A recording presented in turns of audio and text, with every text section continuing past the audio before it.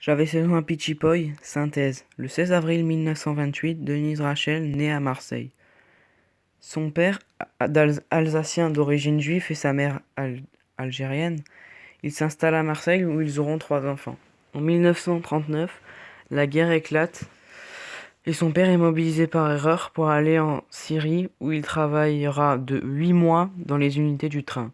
L'Allemagne sort victorieuse du combat contre la France et Pétain collabore avec l'Allemagne et signe l'armistice le 22 juin.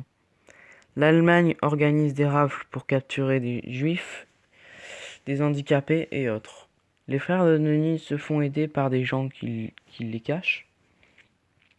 Il y aura 2 grandes rafles, une à Paris et une à Marseille. Denise arrête le lycée pour suivre des cours de sténodactylo.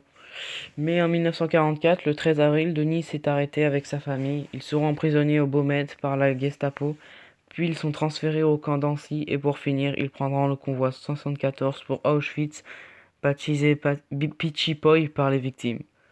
Une fois là-bas, Denise est séparée de sa mère, de sa grand-mère.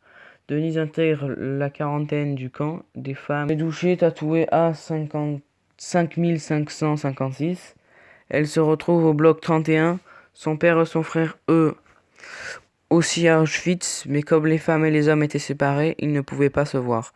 Mais ils arrivaient quand même à s'envoyer quelques lettres. Vers fin juillet, Denise sera affectée aux travaux forcés dans différents commandos. Elle connaîtra la faim, les coups, les humiliations, les appels interminables.